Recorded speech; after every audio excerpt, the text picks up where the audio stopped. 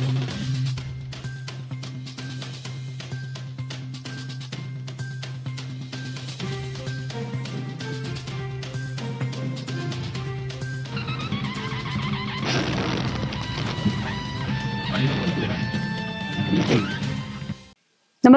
आपण पाहता हिरकणी न्यूज.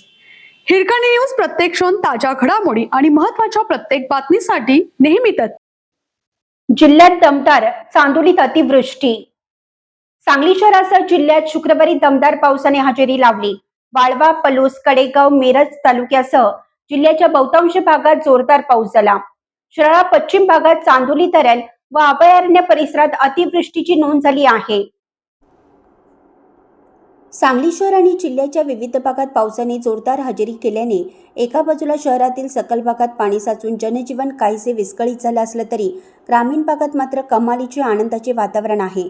सकाळपासून सुरू असलेल्या संततधारेमुळे सांगली आणि मिरज शहरातील मुख्य रस्त्यावर पाणी आल्याने वाहतूक संत गतीने सुरू असून व्यापाऱ्यांची काहीशी तारांबळ उडाली आहे.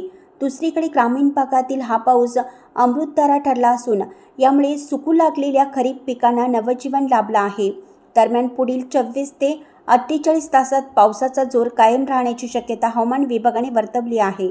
शिराळा तालुक्यात मुसळधार पावसाने जोर धरला आहे. शुक्रवारी तालुक्यात सर्वदूर संततधार पाऊस सुरू होता.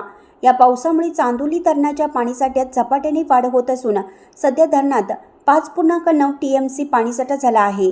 त्यानुसार धरण 18.50% भरला आहे.